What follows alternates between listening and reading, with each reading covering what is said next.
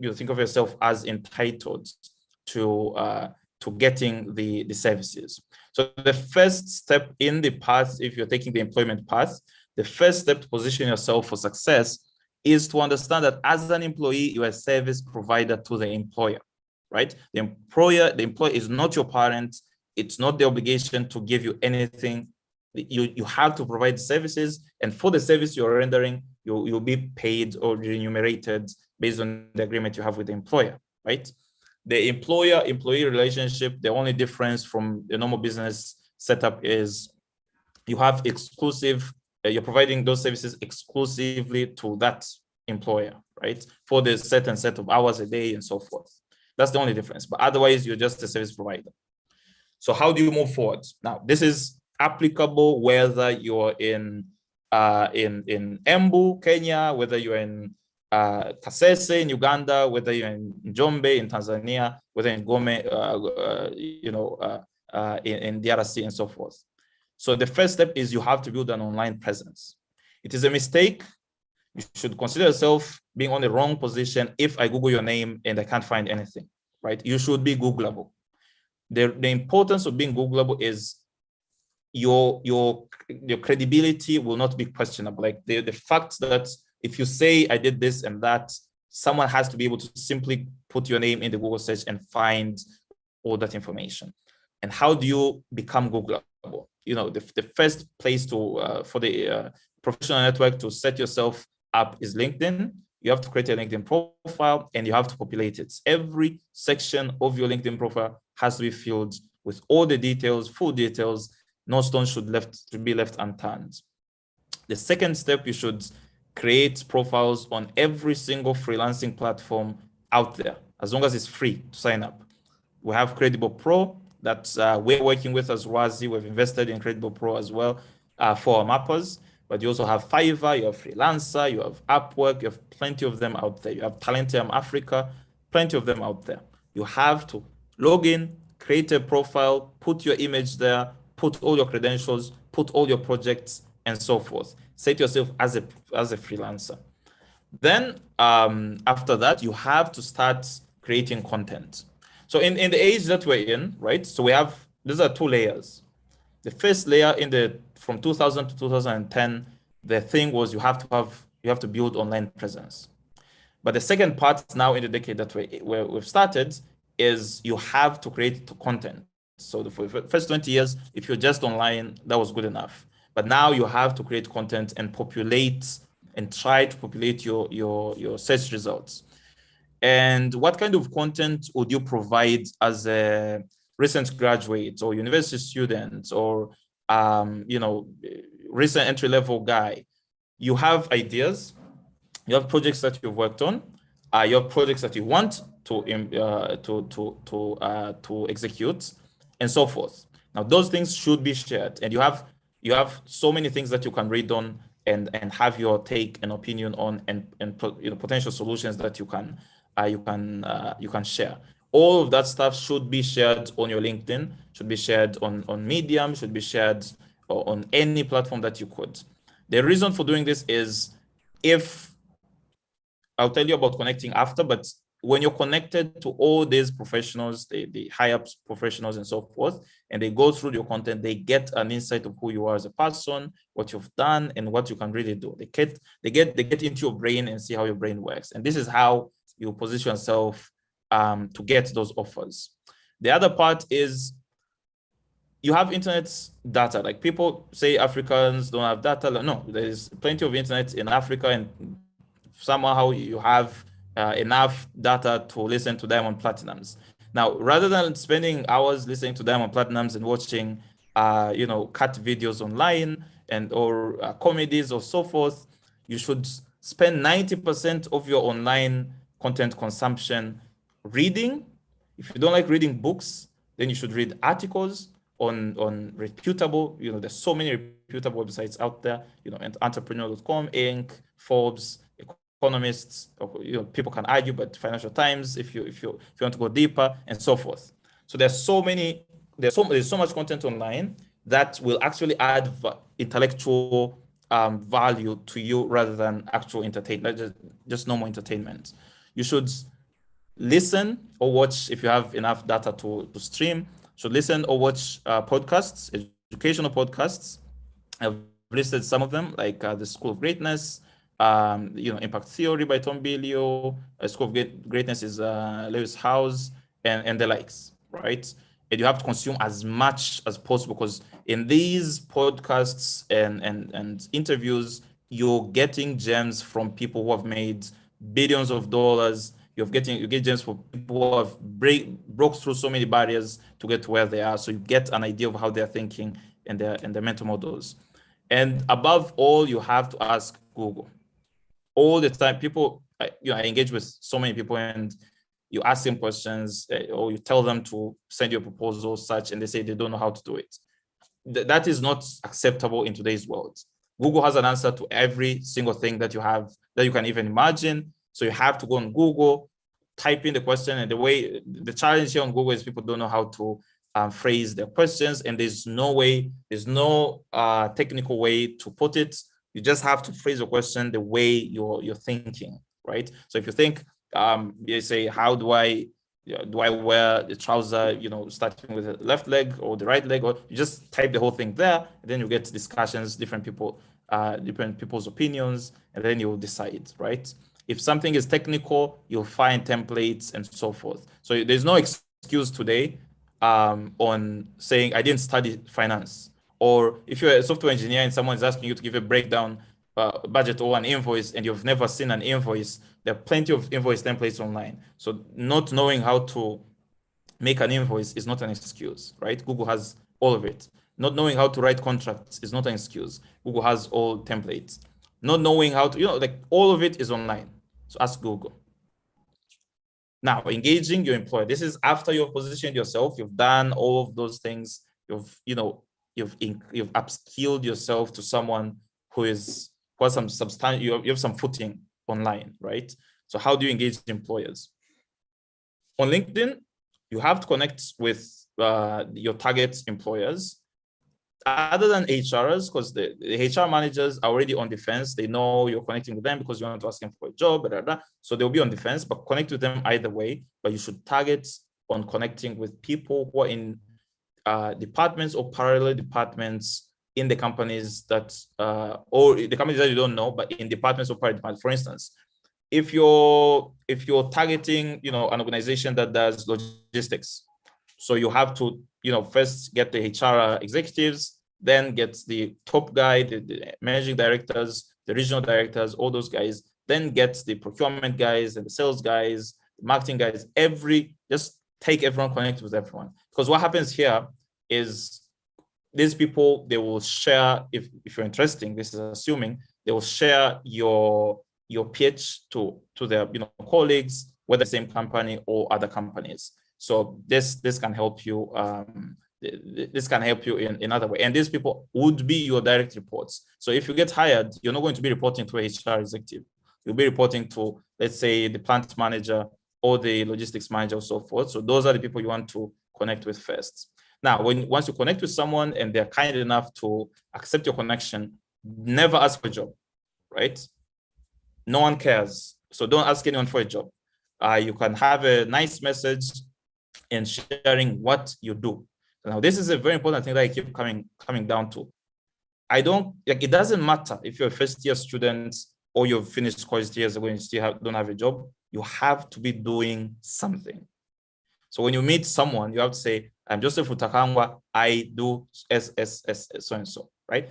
Even if you don't have customer, even if you're in limbo, you have to be doing something, whether it's paying you or not, but you have to be doing something so you can share that when you're engaging someone. So this is what you should be sharing when you're first messaging the person who has accepted your invitation. So you share your work, share your projects, and then when they engage, they respond, they're cool with it, then you share how you can add value to their business. By this point, you've Googled their business, you understand what their business does, you have some assumptions on where they would need some new initiatives or intellectual capital, and then you propose that, right? But not in a way as I want employment, but in a way as I could help you guys with this and that. Now, could be contractual, part-time, internship. That's up to them, right? You keep it there. Now, that's on LinkedIn. That's on LinkedIn and other professional profiles. If you're on Fiverr, you pitch people who are buying services on Fiverr. When you move to email, people tell me, I have a lot of, software engineers. Kenya has a lot of good software engineers, and these guys are jobless. And you ask them, why are you jobless? They said, Safaricom, denied my application. Applied to, a couple of these startups, Cellulant and so forth. They rejected my application, so therefore I'm jobless. I'm like, wait, hotels are looking for web developers. Bars are looking for web developers. Hospitals are looking for web developers. Schools are looking for. There are plenty of organizations that you didn't touch. You just touch the top echelons that are known within your industry, and then you've given up. So my minimum is you have to be sending 100 pitch emails a day, 3,000 a month. That's minimum, because there are more than 213 million companies in the world. So there are mind barriers that we create for ourselves. One, if you're a mechanical engineer, you only apply to companies that are doing mechanical engineering. That's a mistake, right? Two, if you're a mechanical engineer, you only apply to mechanical engineering positions. That's a mistake. Three, if you're a mechanical engineer and you're a fresh graduate, you only apply to jobs that need entry-level graduates, which are, virtually none. So that's another mistake, right? But let me give you an example. So if you're a mechanical engineer, right? You're good with math, you're good enough with math to the point that you can actually do accounting, you can actually do procurement, you can engage in logistics and so forth, right? You can watch over warehouses, etc., etc., etc. And you can actually do digital marketing. This is not hard stuff. So if you're seriously looking for a job, you should hit every single possible job, unless it's like legal related, things that require an actual or health related. You can't be a doctor, even if you stretch it, even if you read books, you can't really be a doctor, right? You don't go there, but you go to places where if and you're doing that as you're upskilling in those areas, right? So the all this content that I told you to consume. So when you have a degree in mechanical engineering or software engineering, you should not limit the jobs that you're targeting within the field that you studied. You should not be picky with companies that you're reaching out to. You should not be picky with departments and geography. So you will have a lot of demands across geographies in Africa. And I'll give you this example. So right now we're working with some organization that is mapping the companies across Africa to look for entry-level vacancies versus the job supply, right? Young people are qualified, they need jobs versus companies that have entry-level vacancies for these guys. And we've mapped more than 100,000 companies, and we found more than 600,000 vacancies, right? This is entry-level vacancies. The employers are saying, we have these vacancies, we put out a call for people, 25% of them put out a call, others don't. So that's another mistake. So young people think, I only apply for, why haven't you applied to, let's say, Rwazi? Because I have not seen Rwazi say they're looking for an employee. Of course, Rwazi, we're so busy, we don't even have the time to put out a call for application. So you have to reach out to me, right, and pitch your service. That's a layer. So companies don't have the time to do that. So these companies have job vacancies, they have vacancies. They don't advertise the vacancies, only 25% of them do. And when they happen to have candidates for the vacancies, candidates don't want maybe the location of where the vacancy is. An example, for instance, a bank in Tanzania has a vacancy, but they want you to go to Songea, right? But you want to stay in Dar es Salaam, right? But the bank is not going to negotiate. They have a vacancy in Songea. Are you going to relocate to Songea, or are you going to be jobless in Dar es Salaam, right? The other section, they have vacancies not in the field that you have, but you have the capacity to employ yourself in that field. So all these things are things that you should have in mind as you pitch all these companies. 3, you have to attend professional conferences, webinars, exhibitions, and so forth. It's a good thing you're attending this webinar, and you should do it on a daily aggressively. The free conferences that are happening in your city, in your area, in your country. Should engage in as many as possible so that you can get seen. And when you engage, don't stay there quiet. Meet people, mingle, share what you're doing. Don't be desperate and ask for a job. People don't like it. Just mingle, share what you're doing. If you can afford printing out some business cards, share some business cards with the activity that you're doing and the projects that you're working on. That shows that you're taking an initiative. I've talked about not picking and choosing what companies to pitch.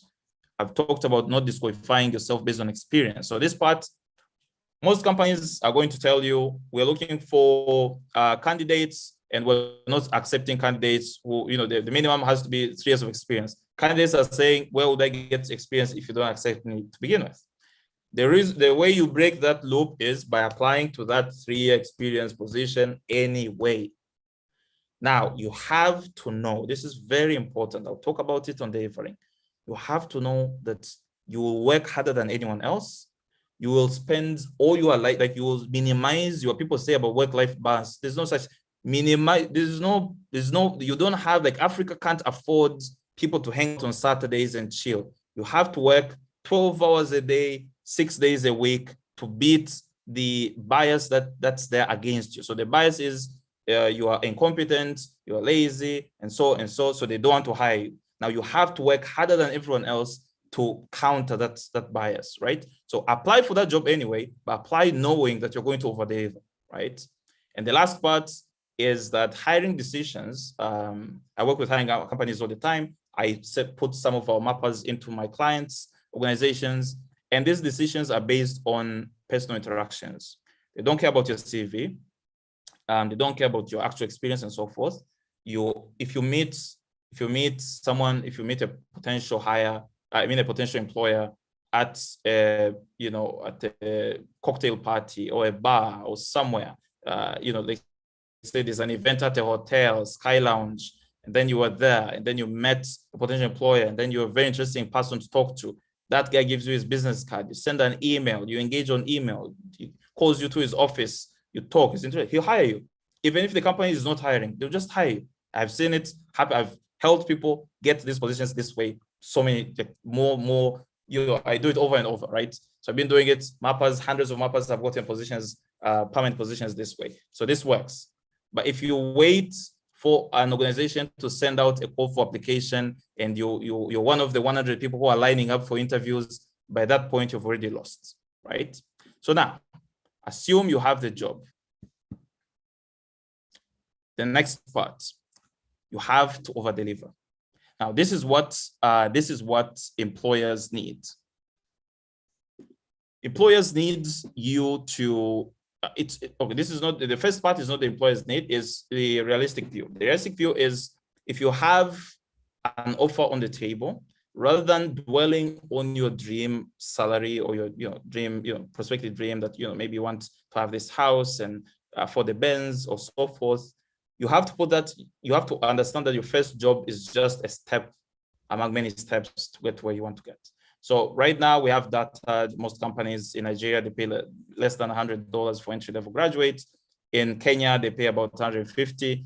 In Uganda, it's about the same range and so forth. So if you get $150 per month, $200 per month, take the job, show up early. This is all what employers need, right? Show up early, never miss a deadline, report, share what you've been doing, the challenges, the deliverables, and the next steps to solving the challenges from last week. Every single week, share a monthly report. This is whether you've been asked to do that or not. Work longer than your peers. I've talked about this. 12 hours a day, 6 days a week. Take initiative. Present solutions, not problems, right? Don't say I couldn't do it because there was a power cut. Continue creating online content as you're in this job, and then someone else will offer you another position, right? So what happens, it has happened to me before so many times.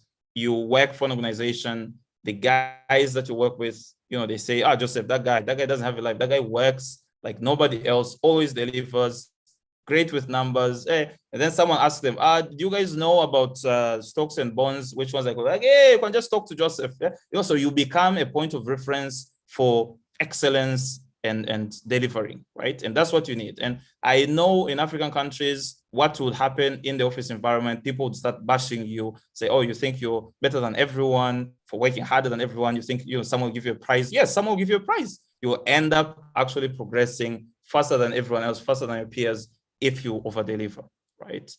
Then that's, hold on. So that's one path.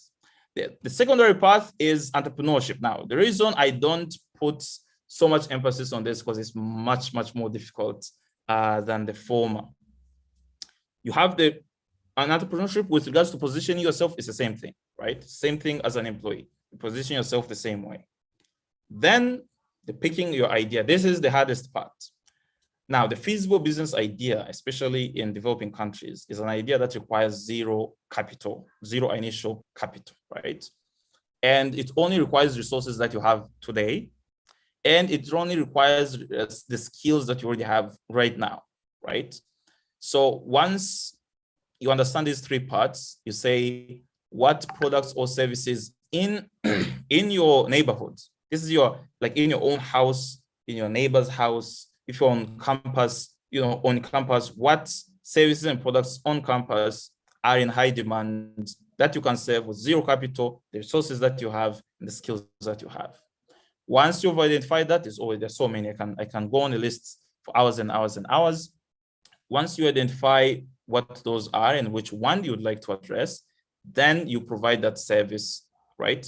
You go ahead to start providing the service. You do not wait to register a company. You do not wait to get funding or capital from anyone else. I hear people say, oh, I can't start a business because I don't have funding. That's an excuse. You have to start a business that doesn't require funding because people will only give you funding once you have revenue, right? So you go ahead and start. Now, how do you execute? One, you have to start providing those services because you have identified that your family and friends need this, right? So go ahead and deliver and have them pay. You should not allow this African thing of saying, because I know you, I give you for free or something. No. They have to pay. Paying is respecting what you're doing, is saying that what you're doing has value to me, therefore I will pay you for the service rendered, right? So you have to accept payment, even if it's $1 or less. You have to accept payment. And why do you need a payment as a business? An investor needs to see that your idea can actually generate revenue, that people will pay for it. If you do not have proof of payment, you do not have anything standing, right? So you have to get people to pay. Once that happens, you over-deliver on your service the same way you over-deliver as an employee. The customers, even without offering them incentives, such as, you'll do it for free if you bring someone else, there's no need. People, even if they're paying premium, if you're delivering high quality services, they will go out there, tell their friends, you'll find yourself with a massive business. I helped a friend of mine actually start a yogurt business. It sounds archaic, right? There's a huge yogurt demand. That was in Tanzania. Huge yogurt demand. The guy started with 1 liter of yogurt, ended up with more orders that he could afford, than he could serve, right? Because he didn't have working capital. And then he connected with an investor 2 minutes, because an investor needs you to say, Mr. Investor, I am making $100 of revenue every month. But right now, I have gotten an order that will a $10,000 order or a $2,000 order, but the cost of delivery delivering that order is $1,000. So I need you to give me $1,000 to save this order that's already there, right? And get the $2,000 back. You get your $1,000 with interest, and then the business moves on. That's the pitch the investors want to hear. They don't want to say, I have an idea, it's in the air, and then I want funding to implement it. No, you have to have created revenue. So after that, you have to go back online, more content about your business, about yourself, engage with people who are not your target customers to expand on your business brand, on your personal brand, and then off you go. Now we can sit here and talk about so many things on the stages of now raising capital, building a business, making it tech-enabled, and so on. But in short, this is the quickest way to moving from negative, I call it negative, to zero. Zero is when now you're qualified to engage in talks with serious investors to now build an actual business that will end up making $100,000 a year or $1 million and so forth, right? So you need to move through all these hurdles to get to that point, to get to zero. So yeah, over-delivering, I've discussed with over-delivering. You go through it very fast, and then I've discussed taking initiative, the same thing that you over-deliver as an employee. That's how you over-deliver as an entrepreneur. So in short, Africa is waiting for you guys. You guys are the youngest youngest group in the world. You're the fastest growing workforce. What that means is it will translate into a fastest growing middle class group. What fast growing middle class group means? It means people have a bit of money and they want a better standard of life, which means for a business, that's new business. For an employee, there's more opportunities to get employed. So get to it. Any questions?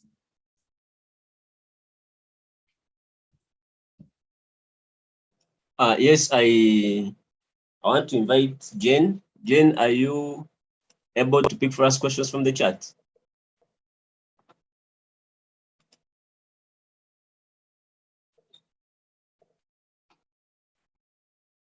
Maybe I can read for you. Just one, you attend to it.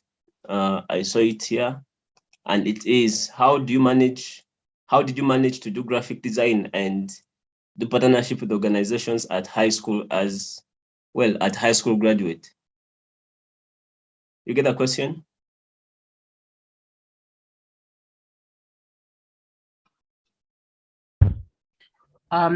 Sorry, it seems Joseph and Taki have been muted. So could you please allow them to unmute? Yeah, I think I can unmute. I don't know if Joseph can. Please don't. The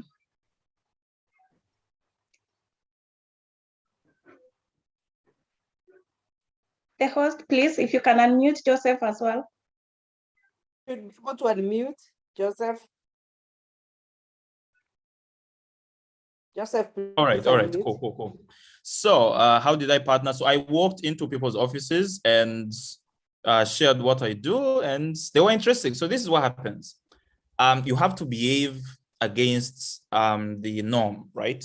So the norm at the time I was in Tanzania, and the norm is if you're 19, you're expected to be in class somewhere at the university, and so forth and so forth. Now, these guys would find me knocking at their doors, whether it's regional commissioner or the MPs or whatever, knocking at their doors, sharing what, because the community development projects I was setting up back then were creating water pumps to now enable young people within certain rural communities to have enough water to start vegetable businesses. So I would knock at people's doors and say, I'm here, this is what I do, and I'm looking for your support to execute this. Now, before I had the backing of the UN and the likes, people didn't trust me. They're like, oh, first of all, you should be back in school. Go ahead, when you finish your master's and some employment experience, you can come back. And then the way I joined the UN, I showed up at their door and I said, well, the experience that I've had. I went to the US, did community development projects, and I haven't been able to implement them in Tanzania because there's ageism and all these things. So, they were very, very thrilled, and voila, we were in business. And once I had the UN backing, I would again show up to the exact same people that rejected me earlier, and I got the funding, right? So, and you get the funding because people are in awe that, you're 19 and you're up doing all these big projects, helping communities, lifting people out of poverty and so forth. How I started my graphic design business, when I was in high school, I took graphic design classes, then advanced and started to sell my designs in the US. And then I understood, then it was a business that I had done in the US. So when I came back to Tanzania to get employment, I was like, okay, just fall back to this. Okay, thank you. Thank you so much, Joseph. Jane, you have some questions for us? Yes, I have some 3 questions here. Yes, the first question is, how did you manage postgraduate program without a degree? And then someone also asked here, how can Google be trusted while all information posted on it are posted by unknown people? And then another question is, how do you avoid financial scams? And then another question, can Google opinions always be trusted? Okay, so how did I manage postgraduates without having an undergrad? So an undergrad, like the whole undergraduate program, the purpose is not to teach you some technical skill, right? The purpose is to help you think in a certain way, like to help you think through certain frameworks. So if you develop yourself individually, so I started doing this way back before 2010 by consuming content and reading online, right? So you develop yourself individually, you learn about these frameworks. I had learned about frameworks from the actual experts, not universities, but McKinsey, BCG, Bain. Those are actual experts who are getting things done in the real world. So by the time I went to the postgraduate program, I was actually like, and the program was for people who have been in middle management, so way older than I was at the time. But I matched because I had already consumed content from BCG and Deloitte and McKinsey. So my way of thinking was already advanced, right? This is what I'm saying. Don't wait for a professor or something to tell you or to tell you what you should learn next. Should be continuously learning on a daily basis. 90% of your time should be consuming it. The other question you asked, how do you trust Google if it's not credible and da. So the thing with Google is you have opinions, and then you have opinions, then you have professional takes, which is like consuming content from private organizations, and then you have academia. Academia is the last thing you should be consuming on Google, because academia has nothing to do with what's happening in the real business environment, in the real world environment. And opinions are the second part after you consume business takes. Business takes, I mean reports by World Bank, IMF, this and that, Those things are like the business takes and statistics and numbers on trends and this and behavior. If you want to understand nuanced things like, evolutionary psychology, why is it taking longer for Africans to succeed, when Asians have applied this in 25 years, they were already making progress, then you need to pull back to academics and the academia, and then you have papers. Now, the academics write long papers. All you have to do is read the first 3 papers, the first 3 pages, which summarize the whole thing. If you like reading the whole thing, be my guest. With regards to other types of content, like mentor development content and so forth, you have to consume as much as you can for you to be able to discern what's true for you and what's not. So if you go to impact theory, if you go to School of Greatness, if you listen to people like Vosi, Tembekwayo, and so forth, you might not agree. Right now, you don't know whether you agree or not, and you don't know whether something works for you or not. You have to consume so much, like hours and hours and hours throughout days and months and years for you to be able to discern and say, okay, this is not applicable in my context, and this is, right? So those are positions. You said financial scams. So financial scams, you have to learn, you Google again, learn how to verify someone. So verify verify investors, verify people who want to get in business with you. How do you verify them? Back to online, back to checking, like for instance, every government has the business registration department, and they have some public data on every company. You go there, you verify if the company is upstanding or not, verify if an individual is upstanding or not, and so forth. So you have to do your own verification, and you can learn how to do further verifications when you Google. You can Google, how do you verify if an investor is for real or not? So all these things you Google, and Googling, you don't read the first link on the results. You read pages and pages of those results to have like 20 different options to be able to pick which one is applicable to your situation. Okay, thank you so much, Joseph. So I have a question for you. When youth want to go into entrepreneurship, one challenge is funding, and they will say, I will want to do this, but I don't have the money. So what can you say about funding? The way you did it, how can you advise someone else? How can they do to maybe get the funding to start their own business? Yes, so I highly advise the most feasible option is to start a business that requires zero capital. That's the most feasible option. So a business in your immediate environment, and that you can start without any external funding other than yourself, or if you need, 500 shillings or so, like just small money that's applicable in your area. That's the most feasible alternative. The more difficult alternative, right, is you have to have a tech or tech-enabled business. Now, this is very important. The Investor Africa last year, we had $6 billion worth of investments, 2 startups and early stage companies. But all of these companies are tech or tech-enabled businesses. If you're falling out of that, if you're in agriculture or whatever, your world becomes more difficult. So it needs to be tech or tech enabled. Even if you're doing a hair salon, it has to be tech or tech enabled. If you're doing agriculture, it has to be tech or tech enabled, and so forth. Number two, your business has to have an operating model that's too light. So not machine intensive, not human intensive, and so forth. It has to be very light. And light means the operating profit is high, the ability to scale is very high, and you return the investors' money very quickly. Now, there are so many avenues of investments. There's debt, there's equity, there's grants. And when you're looking at, let's start with debt. Debt is the easiest. Debt, your friends, family, and so forth can give you debt to run your business, but you need to have provided assurances that this debt will be paid back. How do you do that?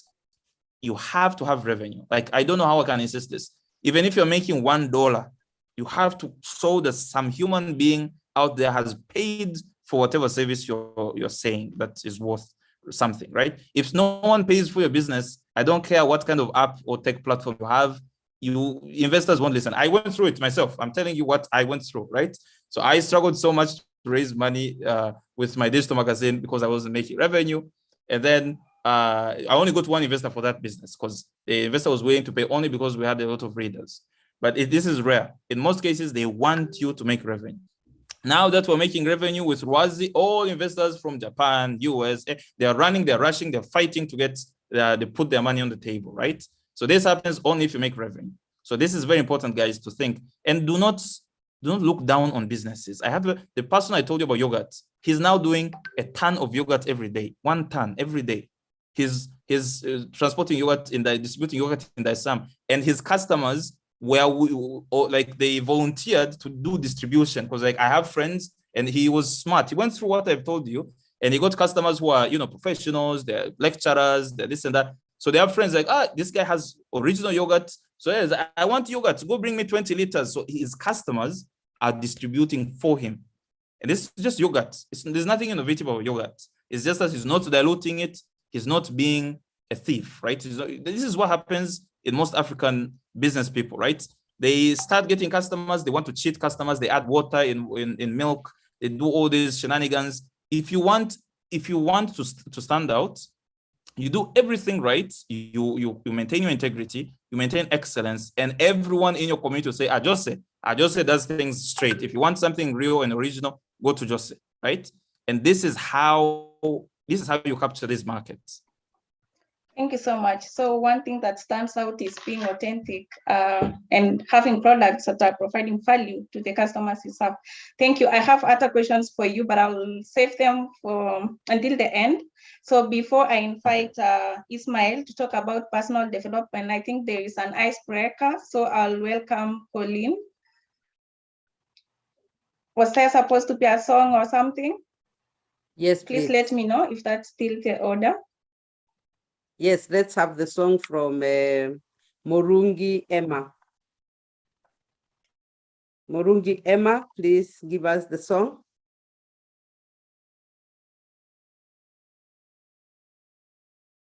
Brian, do we have Morungi on board? Yes, he is on. Yeah, let him sing at this moment. Morungi, unmute your microphone. You've unmuted your... Where is he? You can make him a co-host. I can't see him. You can type in Emmanuel. His name will come.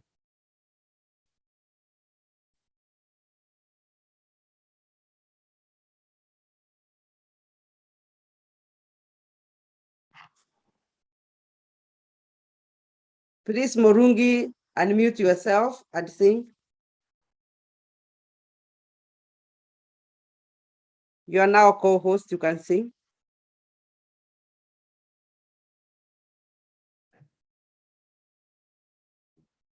Okay, we can't still see him. I've made him a co-host. He should be able to unmute. Yeah, seems his video is on.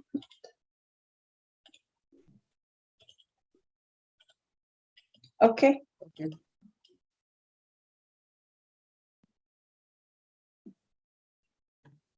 He left. Okay. So We yeah, have maybe. a poem. Mhm. We can have the poem instead. From Shira Jebkeboy. Shira, please. I don't know what name she has used, Brian. I can't unmute her. I can't identify her myself. Okay. I think Yeah. we go Murungi on is back. I Chemtai. don't know if he's still willing to. Morungi, are you able to sing? Can you unmute? No, let's go on. Okay. Thank you so much. Thank you, Joseph. That was a wonderful presentation. So now I'll welcome Ismail to take us through personal development. Dr. Ismail, please. Hello, everyone. Thank you, co-host. Thank you, MC, and thank you, everyone. Oh, Joseph, you had like you rock. I've noted a few things about your presentation, which is going to help me out, and maybe I'm going to share as well with many of my students. So thank you for this sharing. So in our session, like second session of today, we are going to discuss about you. It's going to be about personal development and growth. Maybe one of my favorite subjects. So let's get started. Let me just check the chat if everything. Hope you can see me. Okay, so let's get started. Thank you for the organizers to give me this platform. Okay, I see that we have people from Uganda, Tanzania, Kenya, Japan, Rwanda, Togo, and then from Mauritius as well. So it's great to see that my voice maybe is reaching out to you people. And thank you for creating this platform. And I wish you like a good continuation in there. Okay, moving on. Question number one, we won't only be listening this time. We are going to have a few questions that you will need to answer. But I don't know whether you're going to be a millionaire, but the idea, okay, the kick that you are going to get out of this presentation, okay, is most likely going to give you like, it's like a multi-million dollar like thing which can happen to you after that. Let's get started. Question number one. Who is responsible for your success? So who is responsible for your success? Is it the government? Is it the economy, post-COVID and so on? Is it your boss? Or if you are maybe around, it can be your parents. So who do you think is responsible for your success? You can even try the lifeline, 50-50, phone a friend, ask the audience. So anyone would like to help me on this one? Who is responsible for your success? You can drop in your answer in the chat box. Anyone? A, B, C, or D? Maybe it's a quite difficult question. Okay, can't see anyone. So maybe you're thinking about it. Most likely you would know that your success depends on you, the person that you see in the mirror every day, isn't it? This is, you are responsible for your success. Okay, so much has been said about me. You can reach me on my maybe email address, my phone number, or even my website. You can have access to me if you need to connect with me afterward. Okay, so I'm from Mauritius. Many times when I do presentation like with an international audience, you will say, but where is this country around? Let me just show you where I'm located. Okay, a bit of marketing on my side as well. It's small island. Yes, we do have planes who land here as well. Okay, and it's just like a beautiful island. Maybe to learn more about it, this is a picture about it. The capital is Port-Louis. Population 1.27 million, mostly from Indian origin. Quite some African, Creole, and Chinese as well. Okay, this is the size of the country. It's mostly known for the dodo.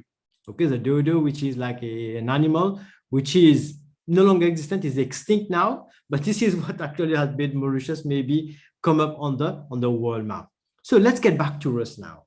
You said, I've seen a few messages coming in, reaching us that yes, you are responsible for your success, isn't it? But then, what is success? What is success? Everyone can come up with a beautiful definition, maybe depending on your condition, your background, what you have lived, what you have experienced. But let me give you my definition of success. It's not mine, I've borrowed it, okay, from Coach Wooden, okay. You can read a bit about his books and so on, but I've adapted it to my situation. Let's see what it looks like. Success is a state of mind, knowing that we did everything. So I did everything in my capacity to contribute to a cause or to become the best version of myself or ourselves. Success is not coming out number one in class, to be the number one, the best student in class. It can be for you. I pray for you for this one to happen. But then it is not necessarily success. Maybe you have come from somewhere back and you have been able to work to the best of your abilities, best of your capacity to reach somewhere that you were expecting to be. Maybe from 20 points to 40, 45 marks. This is success for you. So success is relative. It's not that I'm mentioning that we did not keep track on where we are going, what is the trend like, and so on. Yes, we need to keep track, but success is not like maybe what our education system is trying to make us understand. Education system is good. It's going to contribute maybe to our foundation, but it is not the end. It is maybe part of it. It's going to play a role, part of our success. Okay, now I'm going to get a quote from Mark Twain. He said that there are two most important days in our life. Two most important days of our life. Number one, we would have guessed it, the day we were born. And number two, the day you understood why. The day you understood why. Why are you around? What is your purpose in life? I'm talking to you. Maybe you could feel it personally. What is your purpose in life? Why have you been sent here? Everyone has a specific purpose, which is not defined by our educational system, by our society. It is defined by us. What do you want to achieve in your life? Question that. It's not easy. It's never going to be easy. Okay, as our friend Joseph just said, it is like you need to read a lot, you need to do lots of effort. Okay, but still, okay, you need to decide, you need to have a strong why. This is what is going to fuel us to go to the next mile, to go to the extra mile to reach our goal. Okay, so today, our conversation is going to be about personal development. The sharing that we are going to have is going to be about personal development. Our bringing us to the next level that we are worth. So let's read the definition of personal development. Is a belief. It's inside us, a belief. We believe that we are worth the effort, time, and energy needed to develop ourselves. So we need as a person, as an individual, we need to believe we are worth more than what maybe society may be trying to judge us on. Okay, and we need to invest our effort, time, and energy. Joseph talked about the amount of reading that you need to do. Nowadays, it is relatively easier to get access to books. You have ebooks, online content. On my YouTube channel, every week or 2 weeks, I share new skills that you can learn. It's free. I'm not the only one. You can get from different, maybe tutors, mentors around the world. So all these are free. Get them. Go to the next level. But for that, you will need to know where you want to reach out ultimately. So this is what we call the gap analysis. This is, you're going to know what is your current state. Where am I today? And then, where do I want to be in the future? Maybe in the next 2 years, 5 years, 10 years, 20 years, 25 years. What is a legacy that you're going to leave at the end of your life? This is a desired state that we can maybe extrapolate to different time scale in our life. This is our current state, desired state. Now we have a bridge. We have a gap that we will need to bridge, maybe slowly. This is what is personal development. We are going to tread on this path of personal development. Okay, this is where I am. I know only the first alphabet, which is A. I need to be able to learn A to Z. So maybe every week I'm going to learn a new alphabet up to and until I reach the last one. So you have a goal, you have a current state, a desired state. you understand what you need to cover, and you set your sails on, you get the wind, you get maximum effort, time, and energy to be able to reach your desired speed. Okay, this is what we call an action plan. Each and every one of us need to have an action plan about how to proceed. Our friend Joseph has given you lots of golden nuggets in the first presentation. What can you do to Google, to look for books, to network? All these are things that you need to start. Have a good, like a profile on LinkedIn, and take any jobs that you would like. So these are a golden thing, because I've done the same thing as well. Okay.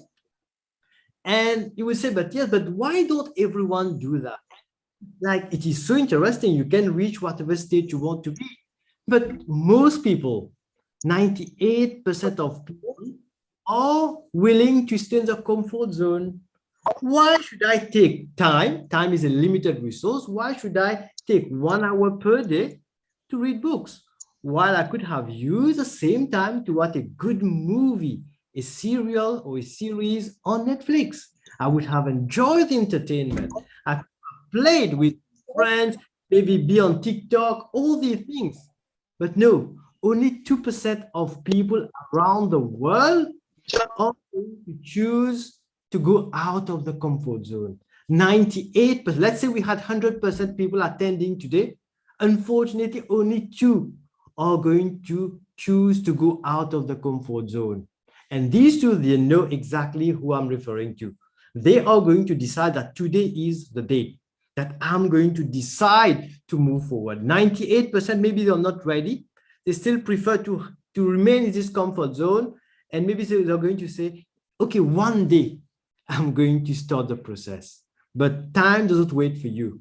Unfortunately, it doesn't wait for you. I don't know if it's fortunately or unfortunately, it doesn't wait for you. You need to take a decision, intentionally move out of the comfort zone and be in this 2%. These are the 2% which ultimately are going to be successful in life. You know what is the definition? Our definition of success that we have just said. These are the people that ultimately are going to be successful in life. Okay, a ship in harbor is safe, but it is not what ships are built for. If you keep a ship, it's remaining in the harbor, it's safe, but you won't be able to conquer the world. To be able to conquer the world, you will need to set your sails out, get into the rough sea, and get all the different things that can happen to you. Maybe an iceberg hitting even an iceberg. Okay, but this is what a ship has been designed for. Again, for you, if you want to proceed in personal development, if you want to reach your goal in life, you cannot stay in your comfort zone. It won't happen. This is a fact. No one has ever succeeded while being average. As a John Maxwell team member, certified coach, trainer, and so on, we have taken the oath, if I can say, or maybe it's a decision to remove the word average in our dictionary, in our life. No one has ever succeeded while being average. We need to do the extra mile, extra reading, and so on every day. It is like a combination of different steps. It's not only one day. Okay, it's like doing it every day, compounded effect, which is going to bring you to the next level. And believe me, you can reach there. It's not about where you start. It's never like where you start. It's about what you have in mind and how powerful is your why to reach to the next stage. Everything is in your hand. Okay, so we are all born a genius. This is what Albert Einstein said, one of the geniuses that the world have witnessed. He said that we are all born a genius. We just need to discover and work on our potential. And we said, I'm going to repeat it, the potential is not decided by our educational system. It is about what we want to achieve. But if we judge a fish by its ability to climb a tree, the fish will believe its whole life that it is stupid. This is not me who is saying that, it's Albert Einstein. So each and everyone out there, you have your own potential that you need to discover, uncover, and work on that. It may be you are good at creating or manufacturing yogurt. Okay, as our friend said, it may be good at teaching others. You need to find your potential. And everyone has been gifted with some kind of potential. This is what is going to bring us to the law of intentionality. Growth does not just happen. For a tree, yes, you plant a tree, it's going to go up, it's going to grow, that's good. But this is not growth, it is just growing. For us as well, our body, physical body is growing, but we are talking about personal growth. Our intellectual or our abilities, the skills that we are going to develop, it does not just happen, it's not by chance, never.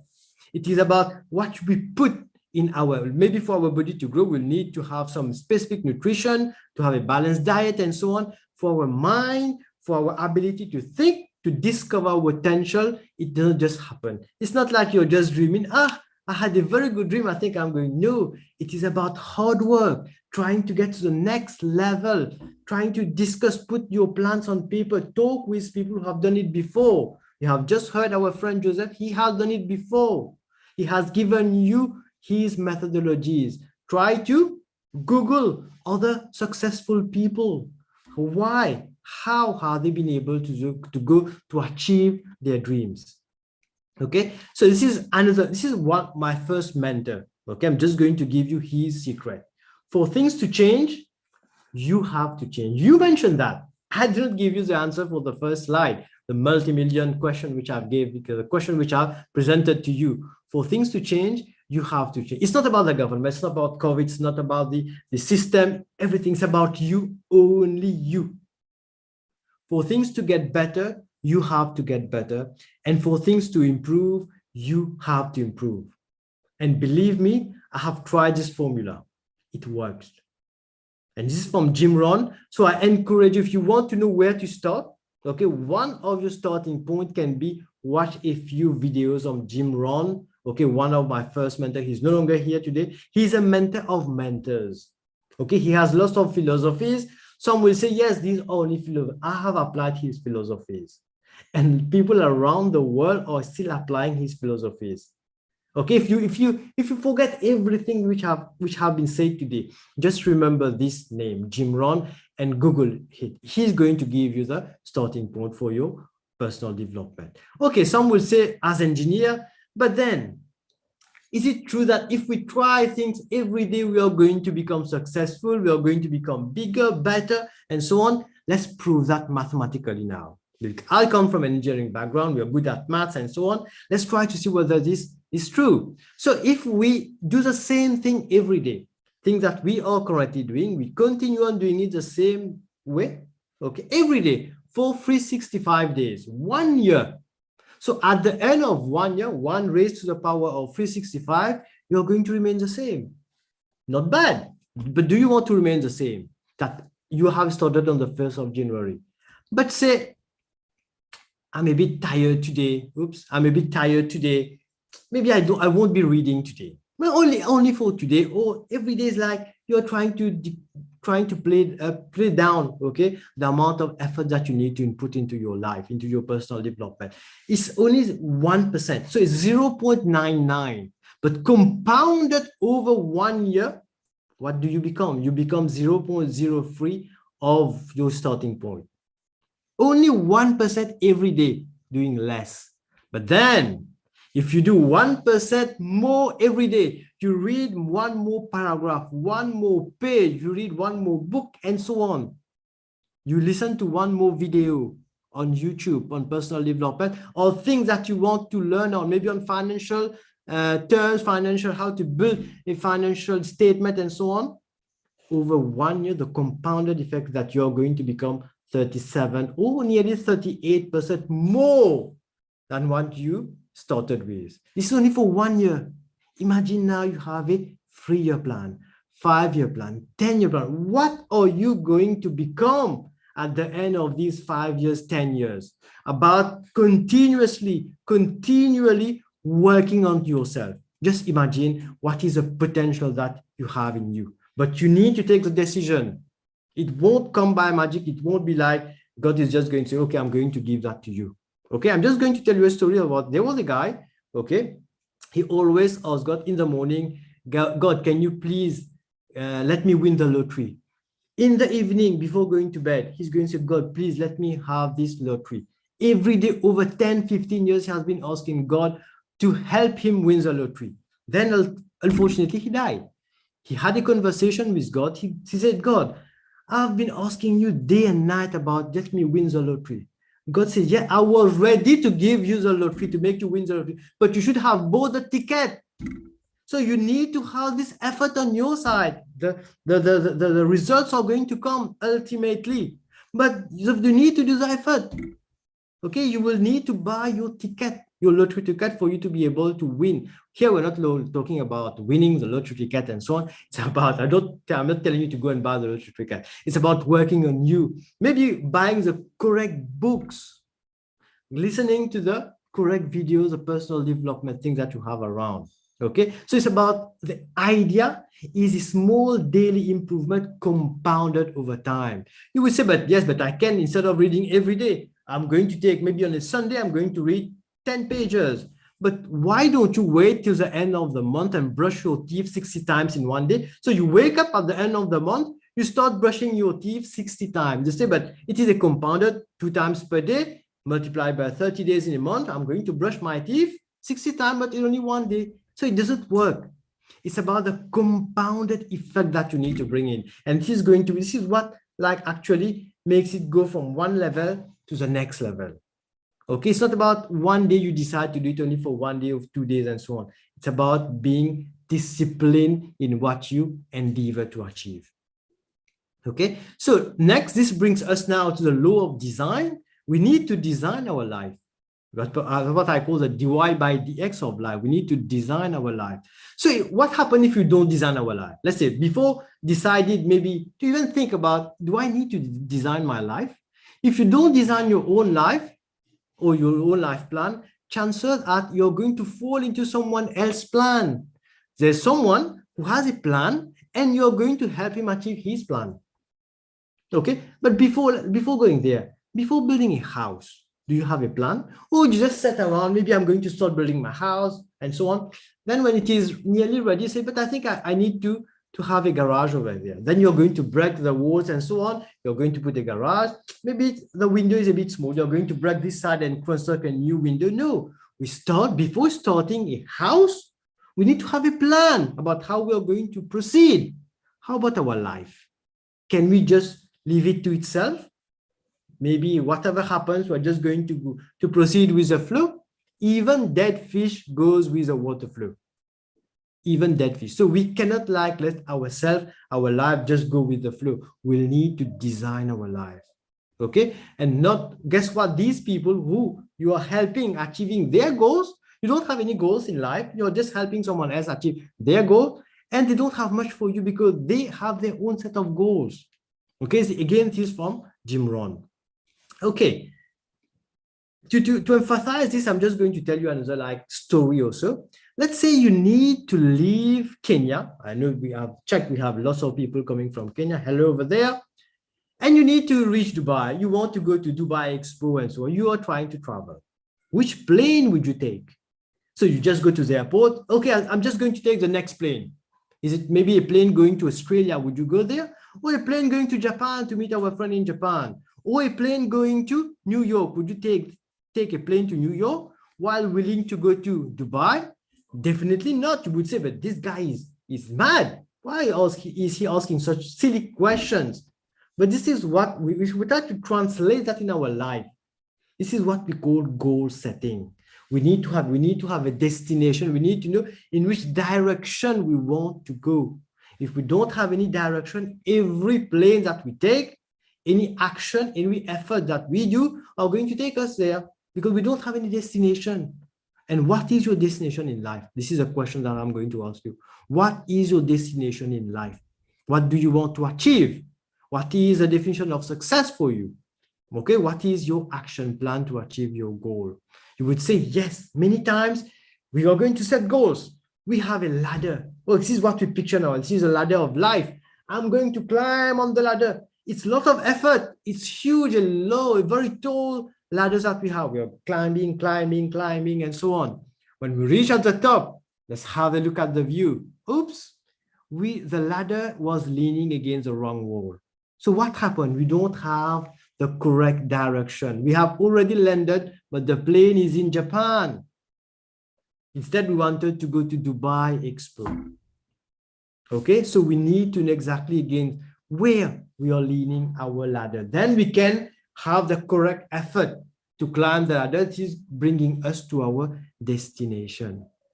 Next thing, we are talking about loves, connect, Valentine's, and so on. Would you be willing, or would you do, like send a love letter and address it to whom it may concern? Can you send a love letter and say to whom it may concern? Definitely not. Okay, you would say maybe dearest Jane, dearest Jenny, I don't know who, but you're addressing it to someone specific. So you have a goal. Again, coming back, you need to have a goal. I'm stressing on that because goal setting is the number one thing that you need to do. After you had set, you understand what is success, you need to start with goal setting. You have your plan, where you are, the starting state, what is the state, your expected state, where you want to be in 3 years, 5 years, 10 years time. You get your gap, you analyze the gap, then you start setting your goals. You know exactly about what to do. Okay, which step to take, what course that do I need to learn, what video do I need to subscribe to, what channel do I need to subscribe to. Okay, so now the fact, people who set goals are 10 times more successful than those who don't. There are some who just say, but maybe I'm going to achieve, I'm going to try it. It can happen, it can. But those who set the goal, who write it down, it has been proved that their goals are 10 times, they are 10 times more successful. Others will say, but I have my New Year resolutions. I'm going to lose 5 kg. I'm going to learn. I'm going to graduate from this school and so on. But let me tell you about resolution. This is a fact, by 15th of February, which is Valentine's Day, by the way, 80% of New Year's resolution have already failed. Those who wanted to maybe to lose weight and so on, it has already failed. Why? This is what I have a video, I think, on YouTube with, I was talking with my wife. She said it was a lesson which one we wanted to share. So she said, I want to lose weight. But this is a resolution. It's not a goal. The goal is you have SMART and so, but the goal is you need to know how many kg do you need to lose? 5 kg, 10 kg, 1 kg, 100 grams. If you'd say 100 grams, so it's easy for you to meet your goal. So there's a video about how to break your goals and so on. This is, I won't cover it here, but you can watch. It's called the Swiss cheese formula or method to achieve your goal. Now, goals and so on. Let's talk about the law of environment. Growth, you understand what is growth now, thrives in a conducive environment. We need to see in what environment are we in to be able to achieve this growth that we have been talking about. Okay, this is an experiment which happened. Okay, I have the link over there. You can check it out. Actually, it was in a school setup. They took 2 containers. One, they written love on it, one anger. And they planted, it's the same setup, maybe some soil, water, and fertilizer. They planted some seeds in there. Okay, the one with love, so it was on a table, same amount of light, separated. But then for the one with love, every day the kids would come to school. They would say, hey, you are growing. That's interesting. Hey, you can see these are sprouts and so on. Oh, keep going and so on. We love you. So they were sharing, they were showering this container with good words, loving words. On the other one with anger, they would say, hey, you are slow to grow. Oh, it's dirty and so on. So they shared anger words. And this is what happened after, I think, 2 weeks. So the environment that we are in is so important. Okay, growth thrives in a conducive environment. But now, how do we create this environment? I'm going to give you a tip on that. You are the average of the 5 people you spend the most time with. Again, this is from Jim Rohn. So who are you? Who do you have in your inner circle, we call it? Because you're going to become the average of these 5 people that you spend the most time with. At times, if you need to go to the next stage, you will need to be able to choose or to, let me just check my time. Okay, that's good. Okay, so you will need to choose who you are willing to spend time with. Okay, at times you will need to maybe stay away from some people. Okay, you want to be successful. You need to be able to choose who are in your inner circle. It's not about rupturing friendship. You will need to know how much time you spend with such people. Or if you have a group, okay, like each and everyone is motivating each other to go to the next level. Okay, which group do you want to belong to? Now, next, people, let me just read this one first. So the heart of leadership, okay, is to serve people. We need everyone is a leader ultimately. We don't need to have a position in an organization to become a leader. You are a leader in your house, in your environment and so on. You are maybe leading yourself. So, but the heart of leadership is to serve people. Our role is to serve people. Our friend Joseph said, maybe you are going to accept any job. Okay, but how about my philosophy is if you can do it even free.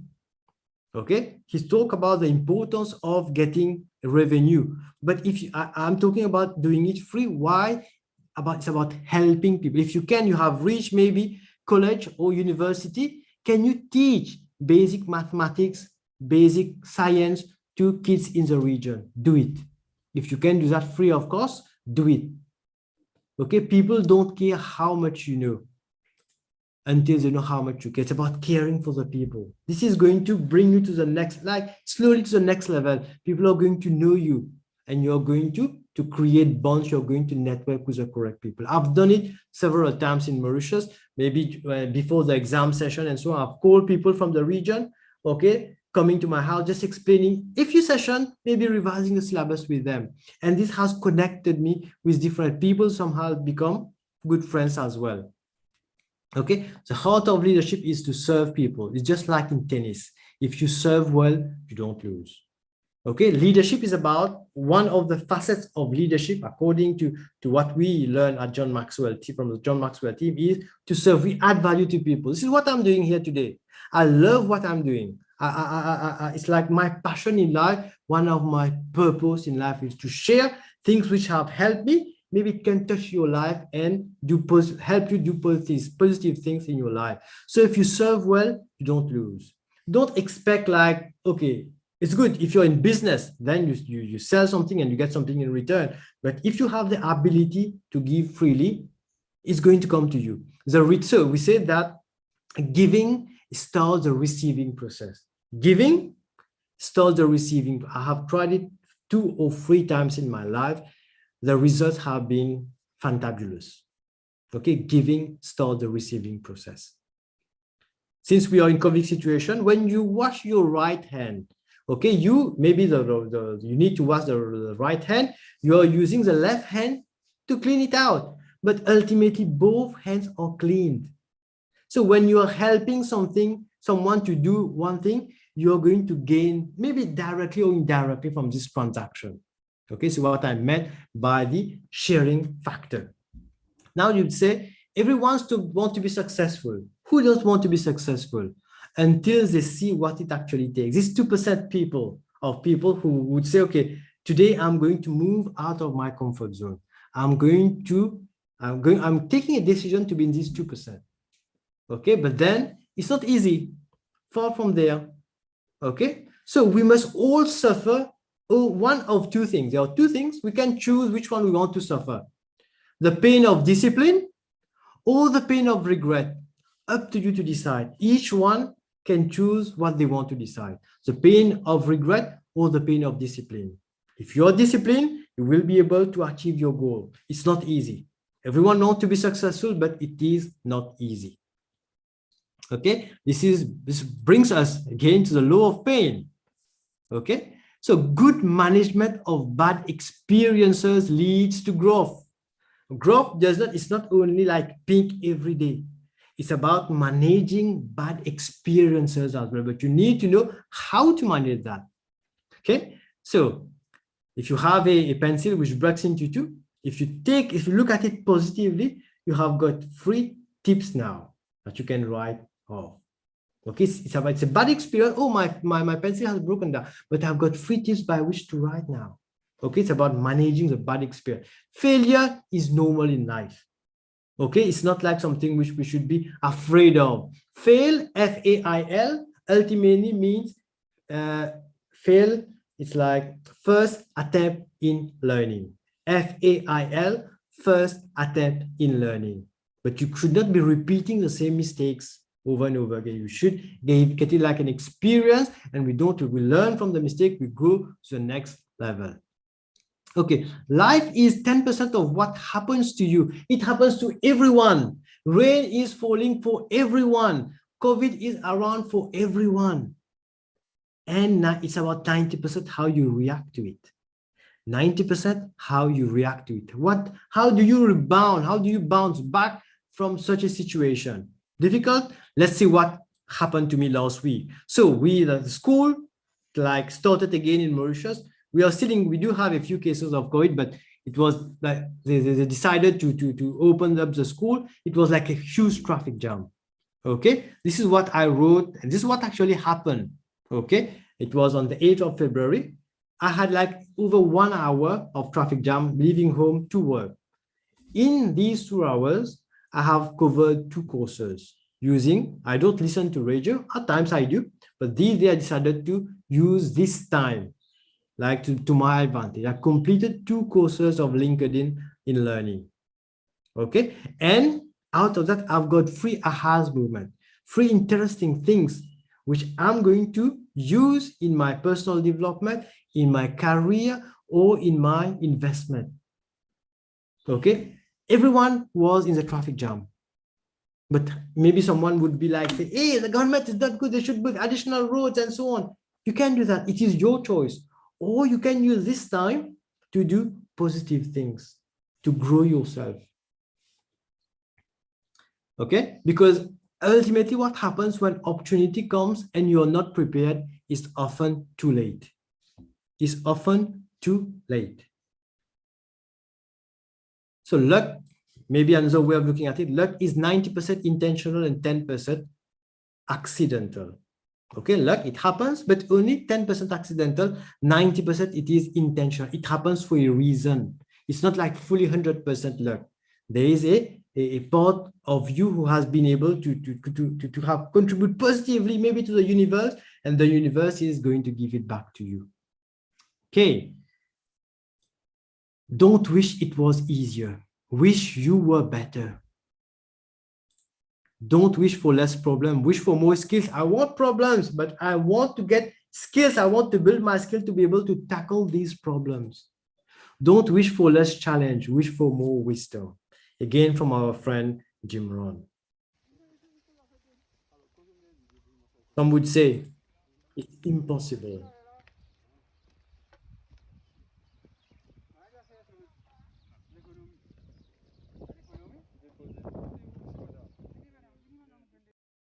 But within the word impossible, you have possible. Even within the word impossible, you have possible. So I'm possible. Change from impossible to it's possible, you can do it. Okay.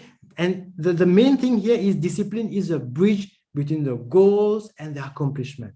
This is what you need to do. Discipline, every day you need to do something as per your plan to be able to move to the next level, to become the better version of yourself. Okay, as I told you, 98% are going to say, yes, that's interesting. And lots of good sharing that we have had. They will say, yes, one day I'm going to start it. That's why I've taken lots of notes. One day I'm going to start it. But 2% of it, they're going to say, yes, today is day 1. 12 February 2022 is day 1 for me to move ahead, to do things in my personal development for my personal success. So that was it from me. Thank you. I hope I've been within the time, and I'm going to take a few questions if you have right now. Thank you. Thank you, everyone. Over to you, MC. Thank you so much, Dr. Ismail. And you just reminded us that nothing is actually impossible. Everything is possible. We just need to set the right calls and position ourselves for the right path. So yeah, I have some few questions, but I'll ask Brian to jump in if there are questions from the chat. So my first question to you is, you mentioned or talked a lot about mentorship. What is the difference between mentorship and coaching, and how is it important for our personal development? Okay, very good questions. Actually, if we can add to that, we have also a coach, a mentor. So a mentor is someone who has been through it. Okay, they have been able to do it, they have done it before, and now they can mentor you. They're going to say, okay, do this, go do this step, read this, and so on. This is a mentor. They're going to tell you exactly what to do. While a coach, a coach does not give advice. A coach is going to ask you questions. The power of coaching is in questions. They're going to ask you questions because a coach believes that the answer is in the individual itself. It's just like somewhere around through questions. We have usually, if you follow a training, a certification and coaching, you have series of questions like comes into a funnel that are going to help you or are going to help your coachee, okay, understand, try to put things maybe in order in your mind and so on in your brain, so that the answer is going to come from the coachee, from the person itself, and the coach never advises. Interesting. Thank you so much. So Brian, please feel free to jump in if there are any questions from the chat. There are a lot of chats. I can't actually track or what questions, but I hope someone was keeping records. So Yes. One question before Brian jumps in. So there is a lot when it comes to connection and the power of connections and meeting people. And in an era like this with COVID, we have limited interactions, personal interactions with people. So how can you say we can prepare ourselves for the unknown? COVID, for example, how can we still develop ourselves even when there are uncertainties? Okay, I hope this question is for me. I don't know, maybe, yeah. Yes, so if basically, Joseph as well can answer. Okay, thank you. So very good question again, powerful question, and I think most of you are going to benefit from it. Yes, we have COVID. The power of connection is here because ultimately what you become, I don't know who said that. Well, it was Chris who said that. I don't know. I don't remember the surname of this author. He said that the person you're going to become in 5 years will depend on the books that you're reading currently and the person that you meet. But nowadays with LinkedIn, I think Joseph talk about the power of LinkedIn. If you are maybe willing to join any company, just like the company on LinkedIn, whenever they are going to post a new thing, maybe in an idea, any news, an achievement, congratulate them. This is what I was expecting. This is new to me, and so on. Congratulate. Yeah, this is connection. You're not only liking the post.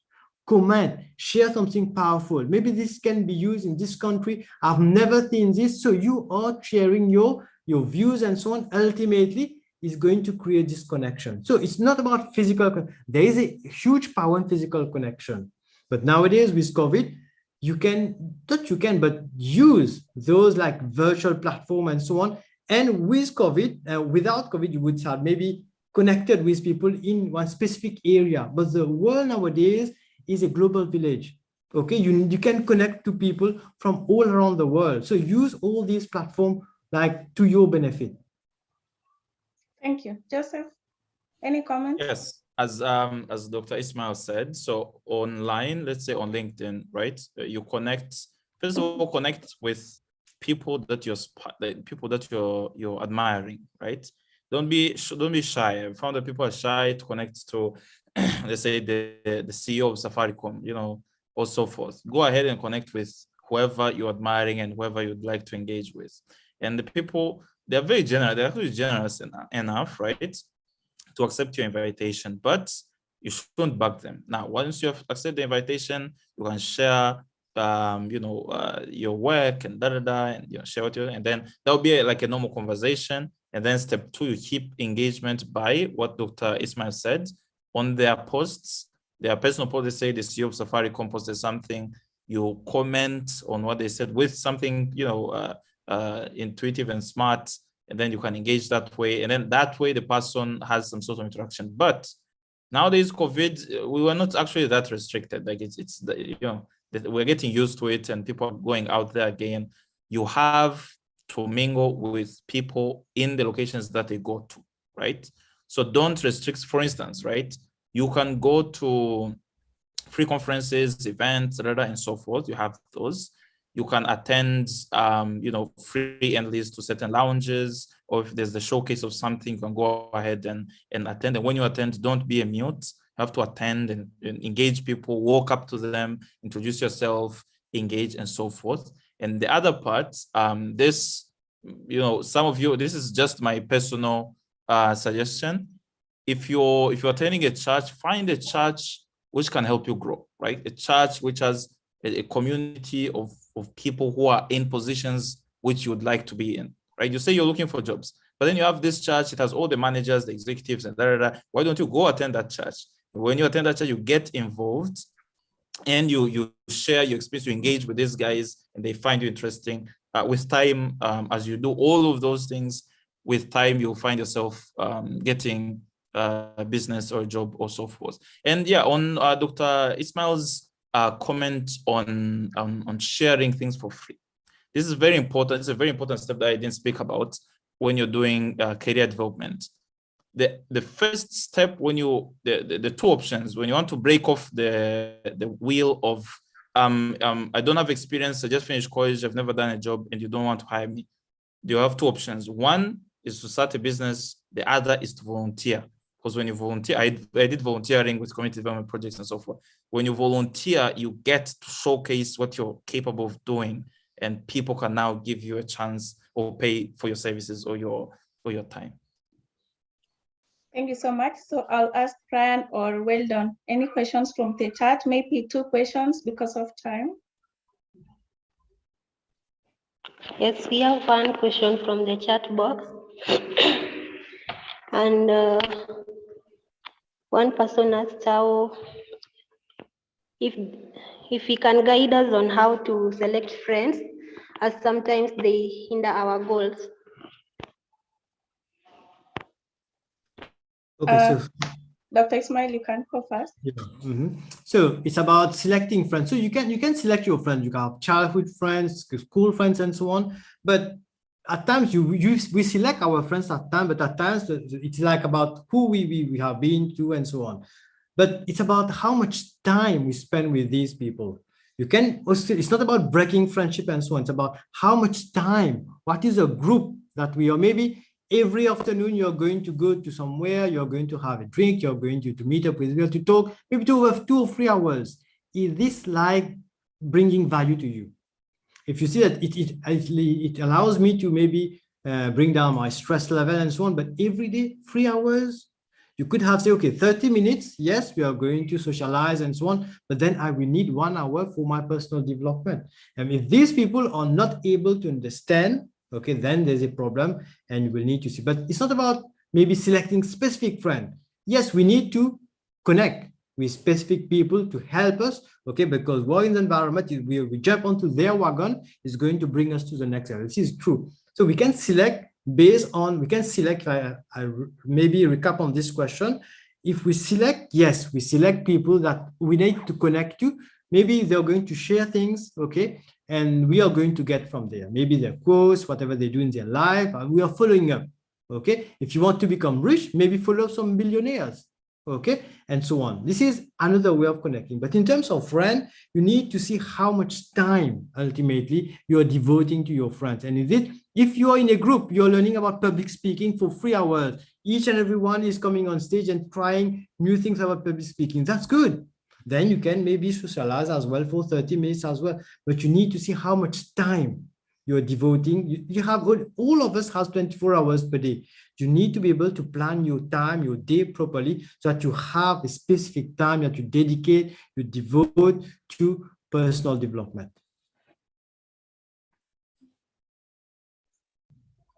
Okay. Thank you so much. I don't know if you have any comments, Joseph. If not, Weldon has a question. Weldon, please. All said. Yeah, it's all said. Said well. Okay, great. Thank you very, very much, Jackie and the team. So my question is rather very general question, but I've seen a lot of young people struggling with.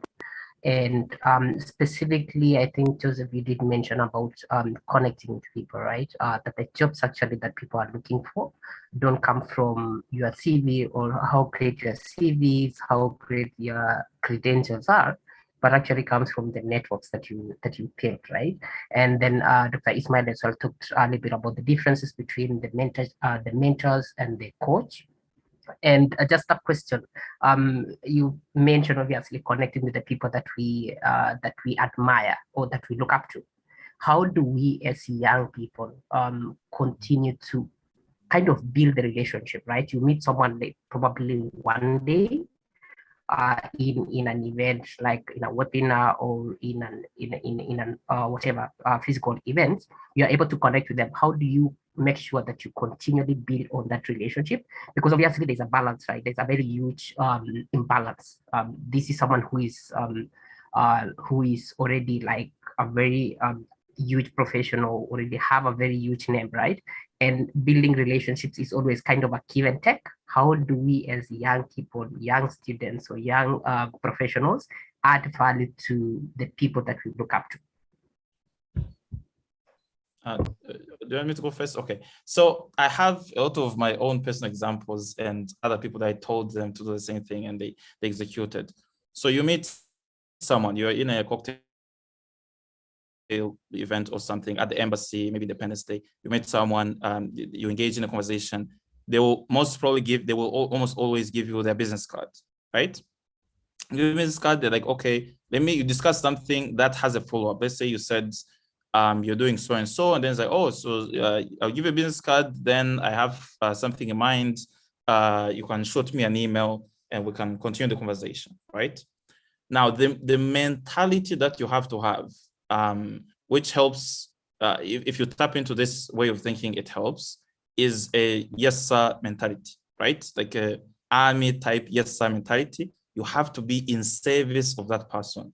I would say yes sir. If it tells you, like for instance, I first met Dr. Martins. He's a chairman and director of Deloitte Africa. I was so young at the time. I was doing a presentation on young Africans, how the banks can help to say a union of African banks. They had a conference and I was doing a presentation. And after the presentation, everyone was interested to speak with him, blah, blah. Then he invited me for dinner. My schedule and the budget was out of, but I was like, yes, sir, I went to dinner. And then sat there, engaged in a conversation. Then he gave me his card. He said, tomorrow I'm having an early breakfast. Let's talk more. Yes, sir. Went to my room, slept early. The next morning, it was very early in the morning, I was there for breakfast. Engaged, told me things, talked. Then he said, do you want a job in Deloitte? I said, no, I want to run my venture. Okay, so how can I help? Then I said the idea. So, okay, shoot me an email. Then right after that thing, shoot an email. Now you're shooting an email, not with a gear of him giving you something, but with a gear of, I want to be of service to you, and then I will do it even for free, right? Because you want his attention and engagement, and you want him to teach you things. So the relationship starts that way, and you have to be the one, because the guy is higher than you, you have to be the one who is continuously engaging the person, right? And then now this is the part of reading, upskilling yourself, like Dr. Ismail talked about, taking 2 certifications within 2 hours on traffic. LinkedIn has plenty of those, upskilling yourself, reading and so forth. Then the person, now what that big guy is thinking in that moment, saying, okay, this guy has potential, he's interesting enough, he wants to see, are you persistent? Do you have consistency in delivering the value? So you prove that for free, obviously. Across time, it might send you a presentation to design, and you at that point, you're not going to say, give me money or I'll do it for this amount. No. You need his good graces. Then the relationship starts built from there. Then what will happen? It has happened. I've had people do the exact same thing. The same result happens. He will pass it to the other guy. Say, oh, I have this kid. He does great presentations. And then when he refers you to someone else, he will tell someone else to pay you a huge amount. Get what I'm saying? And so forth. Or he might give you a job. If you're looking for a job, you say, yes, sir, I want a job. Then he gives you a job. How much? It says the number. Yes, sir. You don't argue. You cut down your pride. You're in service until, as you grow, right? So that's how it happens. And it always happens that way. You dress well, you're presentable, you speak well, you're very respectful, especially in Africa. Older Africans, they need respect. They demand respect. This is not like in America. Dr. Ismail, if you go in Africa, if you go in the US, you might say, oh, Ismail. But in Africa, you have to put that doctor in front of the name. So that is very important. And, you know, it always works, but you have to engage. I'm a Christian, I don't drink and all that, but I learned that these powerful people who I admire, you can find them in lounges drinking and doing those things. All you do when you're there, you take a lemonade, a mocktail, or some soda, and then you engage as usual, right? And yeah, and you'll succeed. I will send you guys, there's an organization in Kenya, and now it's in different countries across Africa. It's called The Room. You can get into The Room as a young person by applying to ALX Africa. If they accept you, then they train you, then they put you in The Room, which is like the elites in Africa and globally and so forth. And that's the more feasible option. The other alternative option is you reach out to The Room directly and ask to join and so forth. Yes, so very powerful. If I can add on what you have said, whenever I'm invited to a cocktail, I eat at home before going there, because I don't go to the cocktail for the food. I go there for the networking. So this is the intention, the mindset that you are in. And when someone maybe is sharing his or her business card with you, there's a way by which you're going to receive it. Don't take it and put it in every pocket and so on. Show some respect, and it's going to click in the mind of the people. And then again, you need to have an elevator pitch. How do you introduce yourself? And this should be like, oh my God, you need to prepare that. You need to have it like in your hands. And whenever they say, oh, who are you? And this is who. And it needs to be catchy. I'm Ismail, I'm a coach. I change people's life. Okay, if you're traveling and so on. So how do you change people? Do you do magic, but black magic? What type of magic? So you need to have a short phrase. It's like a very short, like elevator pitch, and there you go. And it's good. People are going to be interested in you. Okay, it's easy for you to connect. Thank you very, very much. Just a quick one.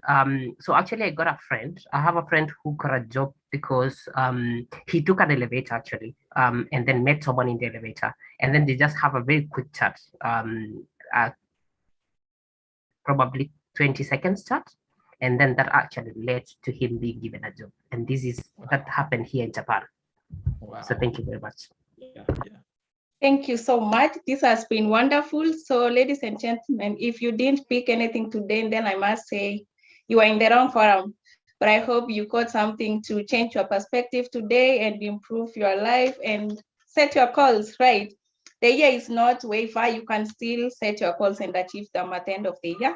So thank you so much. Thank you so much, Dr. Ismail and Joseph. That was really, really wonderful. Personally, I've learned a lot. So from here, I'll hand over the program to our host, Dr. Pauline, please. Thank you. Thank you very much. This is excellent. I am already moving off my seat.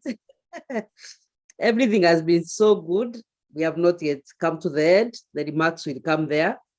I want to give this opportunity to Brian to usher in two people from the forum who are going to tell us exactly what they have got, because we cannot know what we have said unless we hear it coming back to us from those who heard us. Yes, Brian. thank you so much, Dr. Pauline, and I want to also thank our facilitators. Wow, you've done us so well, and may God bless you so much. This being a dialogue, it would be unfair to the young people if they leave the platform without saying a word. So I want to request everyone on the call to just open their chat and type something, just say something. One, mention what has stood out for you, what has been your biggest lesson from this session. What are you understanding as loving yourself from the presentations that we've had? And if you have any suggestion that you want to give us as a way forward, also put it in the chat. We shall be able to pick them and we shall use them in the evaluation of the session. So open the chat. We are 145 people on the call. I want to see more than 145 messages, informing us what you've learned, what has stood out for you, and any suggestion of the way forward. Now I'll request two young people, one to present the gentlemen and one to present the ladies, to just give us a recap still. For them, they'll be able to unmute their mics and then speak. One of them is a game changer in his primary stage at university. Yeah, that means that he's just beginning university life. I want him to unmute and share with us what he has learned, what he has stood out for him, and also suggest a way forward. And then from there, we shall also have another one called Jane, who's in her secondary stage in university. So Shalom, come first.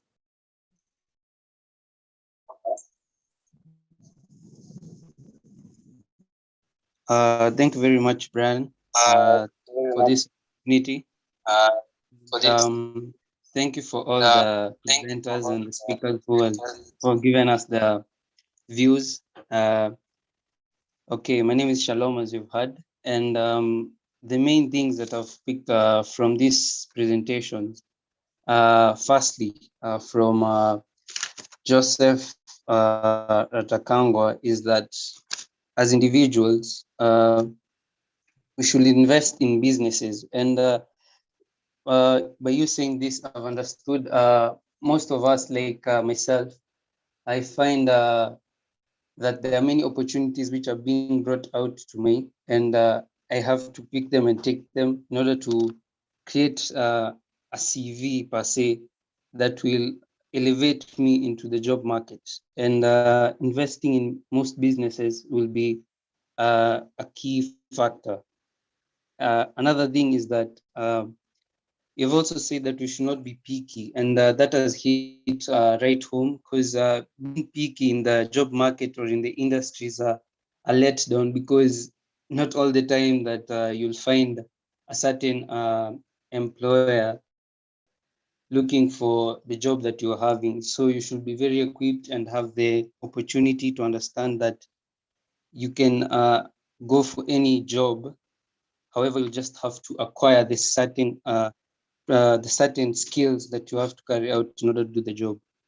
Also, a way forward for me from Joseph is that we should become networking in order to promote and market ourselves. The way he told us that we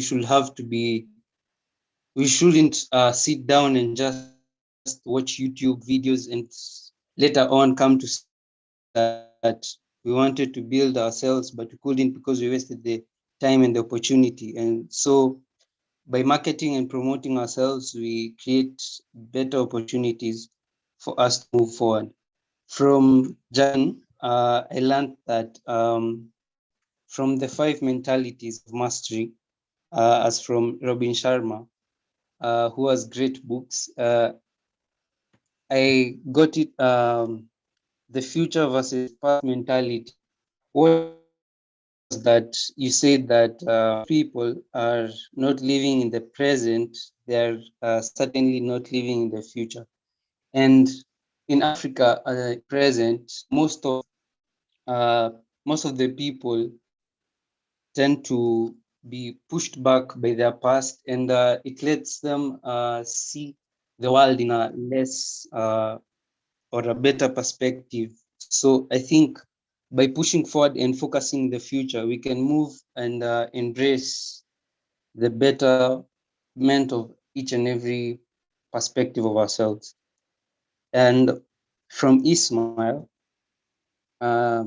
what I first learned was that we should get out of our comfort zone. And he showed us a percentage of the comfort zone, which is 98%. And by getting out of that comfort zone, we can realize that we have better and much more opportunity and much more potential to become the people we want to be. And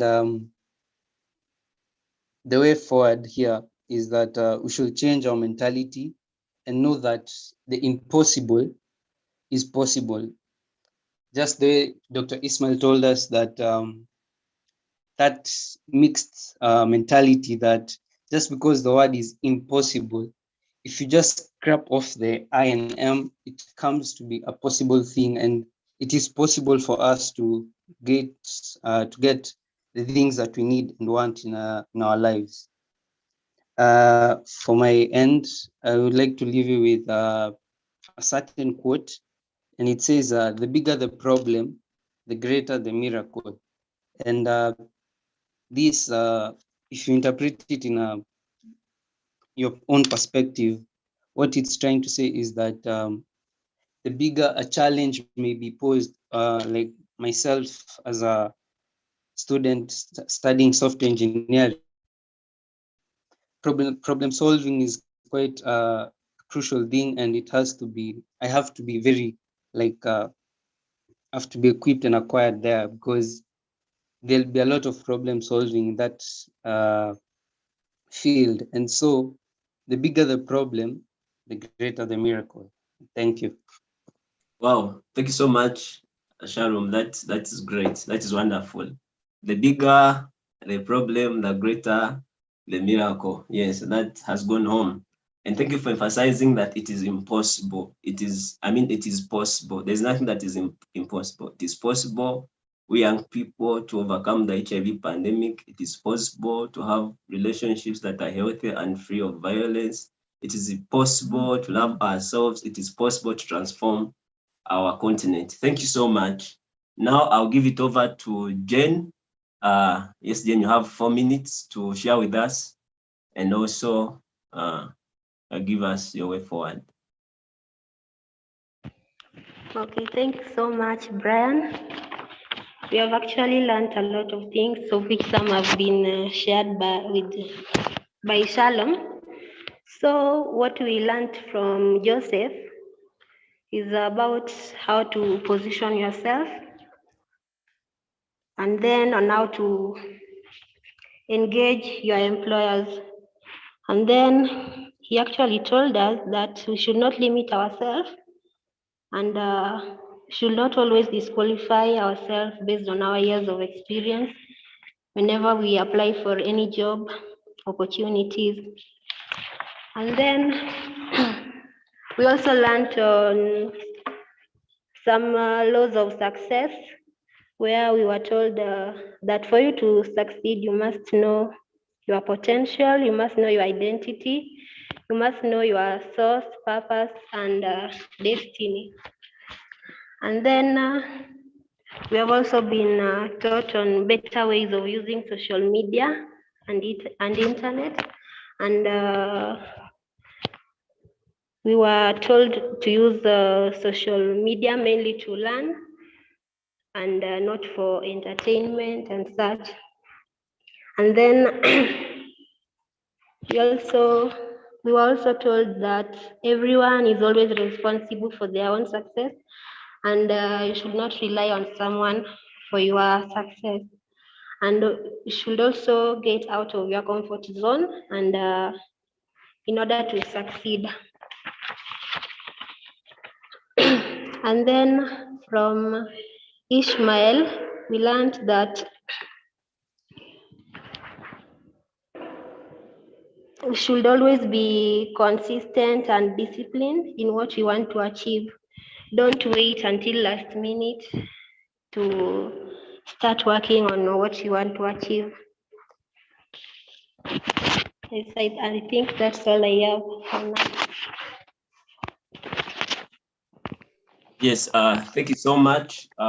We keep the comments coming. Let's keep posting our lessons, our suggestions on the chat for those of us who are not able to unmute the microphones.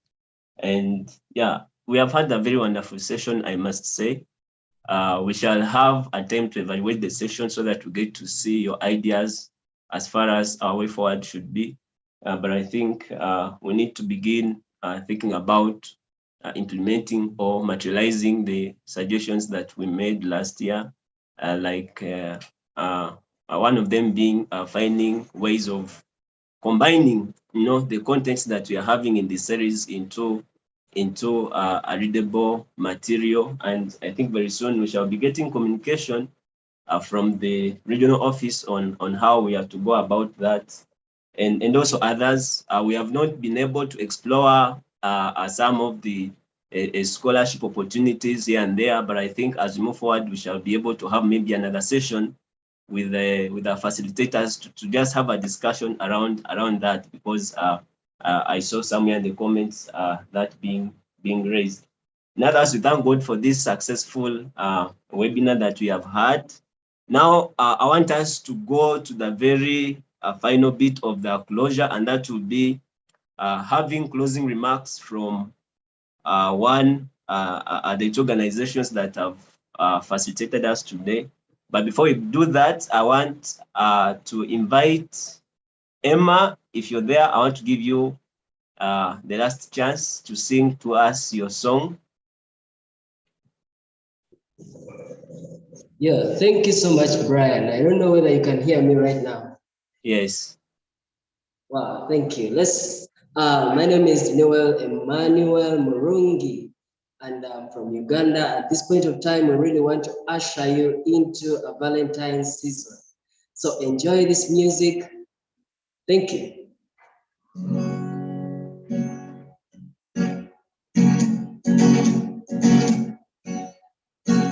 Yeah. If there were no words, nowhere to speak, I would still hear you. If there were no tears, nowhere to fill inside, I still feel for you. And even if the sun refused to shine, even if romance ran out of mine, you will still have my heart until the end of time. You're all I need, my love, my Valentine.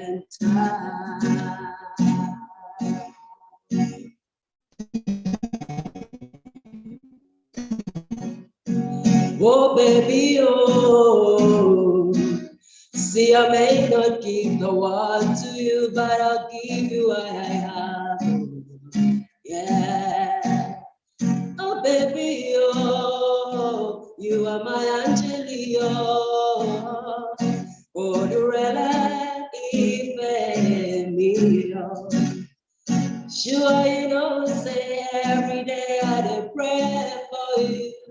Oh, in my heart there's a permanent place for you, and that's why my heart did beat like do do. Cause for you I sing, oh, I am fair, I sing for you to be like do, oh. I sing for you, oh my baby, oh, young fair. And even if the sun refused to shine,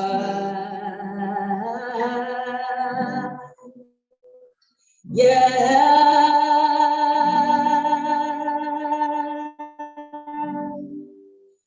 you're all I need, my love, my Valentine. Wow. Wow, I need you. I need you to unmute your cameras and give a hand clap. I want to see you clapping for Murungi for taking us into the Valentine's mood. I hope you've gotten the song that you're going to send to your loved one, to your mother, to your friend, you know, to your girlfriend, to your boyfriend, to your wife, to your husband. At this juncture, without wasting any a minute, allow me now invite Mr. Roberts on behalf of KECHER to give us his closing remark. Thank you so much, Brian. And thank you to Pauline and the World Council of Churches for this opportunity that you gave KECHER to participate. I hope my connection is stable here. This was an amazing, it was 3 hours. We're going on 3 hours now. Hard to believe. It was so filled with precious comments from our speakers. So many people in the audience that stayed with us through this whole thing. I think this entire 3 hours is worth watching again. I wish I was young again and could watch this and be inspired and have my life change. But today is day one for me as well, I'll tell you. If you would like to see more of this kind of thing, this is what KECHER does. Please, as Weldon shared with you at the beginning, our CEO, I am a volunteer also at KECHER. Please ask Dr. Pauline how to contact us, or go to KECHER Africa, or maybe it'll appear in the chat. We also have a web page, and we present webinars similar to this and different topics every month, basically. Our next one is going to be focusing probably on scholarships and the opportunities for scholarships and how to apply for scholarships around the world. We'll be notifying anybody who gives us your contacts. I could say a lot more about this. Thank you, Joseph. Thank you, Dr. Ismail, for a super inspirational. If I got inspired, I think everybody was inspired. And I know that we all want to be that 2% that Dr. Ismail mentioned. I will be. Thank you very much. From KECHER, I'd like to say thank you to everybody. Thank you to our speakers. Thank you, Dr. Pauline. Thank you, the game changers, Brian, and all of you as well. Powerful, powerful, fantastic. Thank you very much, Dr. Pauline.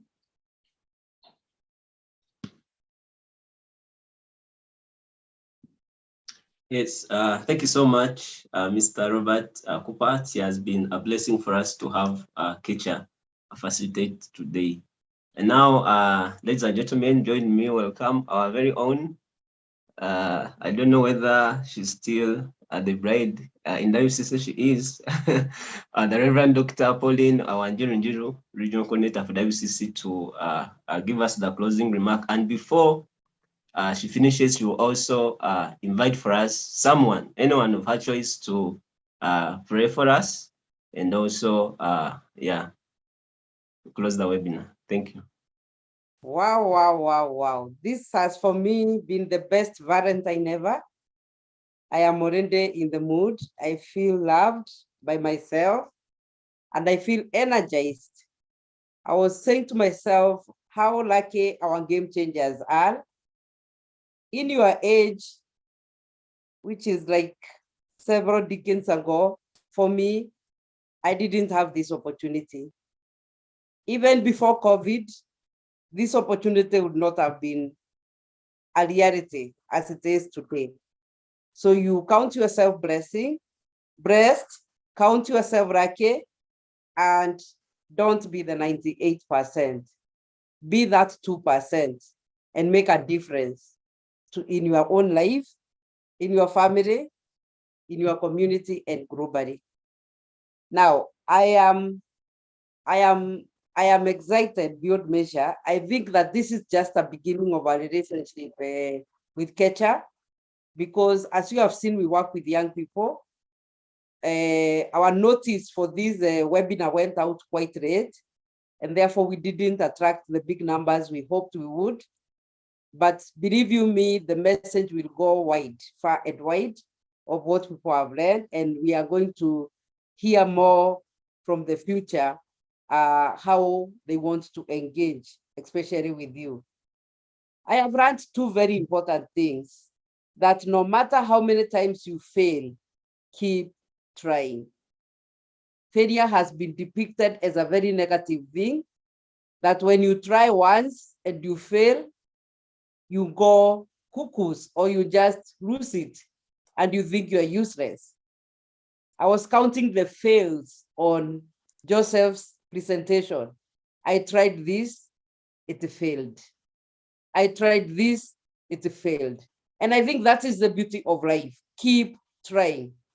There is that one time you are going to try and you fry. So keep trying. The other very important thing is to over-deliver. deliver beyond what is expected. Because we are stuck with how much will you pay me? Sometimes I talk with my little children and they say, how much are you going to give me for it? They usually think it's a joke, but it is the world in which we live in, that people want appreciation or payment for what they deliver. But today we have learned that you over-deliver. What is the benefit of over-delivering? Please underline this, young people. You become the point of reference. Who can do this? Dr. Pauline can. Ask Dr. Pauline. Dr. Pauline said, Dr. Pauline did. And that is what we want, that you become a point of reference in your family, in your school, in your organization, and very soon globally. I can say more that I learned from Joseph's presentation, but I don't have the benefit of time. What did I learn from Ismail, which I would like you to take home as well, is that even 0.1% improvement can make a big difference. So every day, you take stock of yesterday and improve with only 0.1%. It sounds crazy. If you round it off, it will come to 0, but it is 0.1. So make that small improvement in your life every day. At the end of the day, you'll be surprised the person you have become at the end of 2022.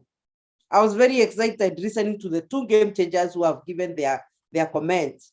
And I was thinking maybe at the beginning of our webinars in 2021, maybe when we started, none of them could have spoken with that kind of authority. But here they are, they have changed. Keep that change growing with even just 0.1%. What is the other thing that is going to help us grow? To set goals. And when we set goals between what we want to be and what we are, we make the plan to reach there. Young people, I don't know how lucky one can be than to be attending this webinar today. I would hope that it will be possible for us to join in the webinar that KECHER is organizing on scholarships. And if it's not possible, maybe we can still partner again, KECHER, and you come to Eastern Africa on our Zoom platform and meet us.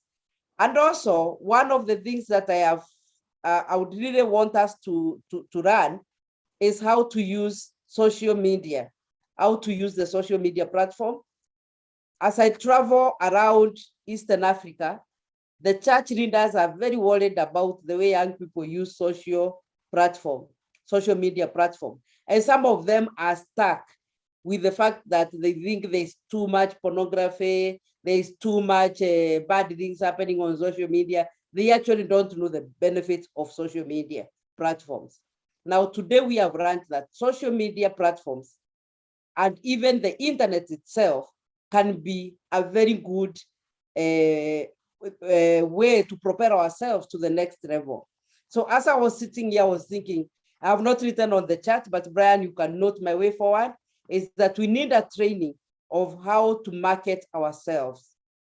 How do we market ourselves on LinkedIn? How do we, for example, create the LinkedIn profiles, the Wikipedia profiles, our own CVs? How do we write them?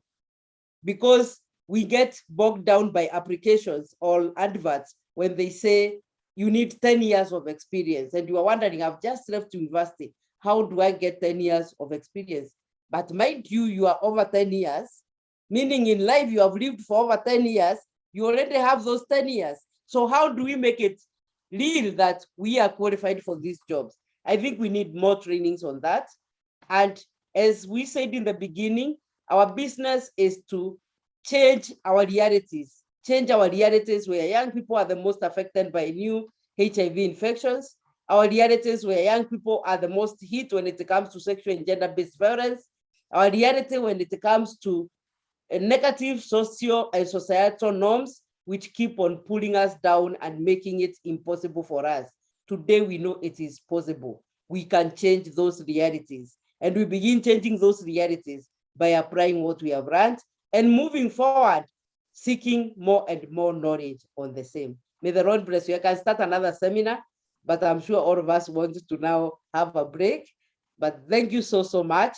We will constitute a small committee to continue deliberating on the way forward for this year and moving forward, because we are all at different levels, but the message has hit home for all of us.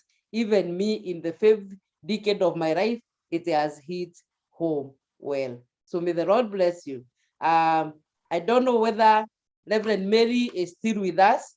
I would like her to give us the final blessing, as she already started us off with a word of prayer. I'll give it back to her to give us just the final blessing. Reverend Mary, are you with us? Can you unmute, please? Maybe before Reverend Mary takes over, we could all unmute our cameras and we take a photo.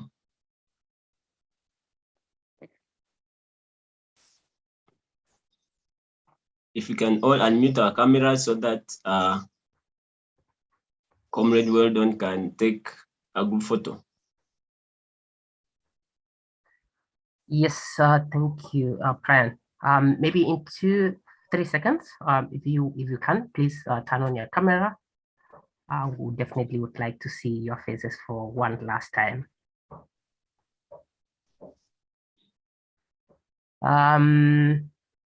Yeah, so we'll just go ahead and take the photo. So I'll count to 3, and then please put on the best smile ever.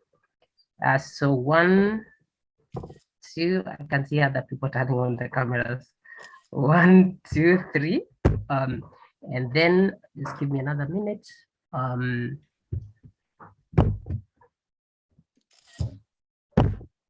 Thank you very, very much. Back to you, Brian.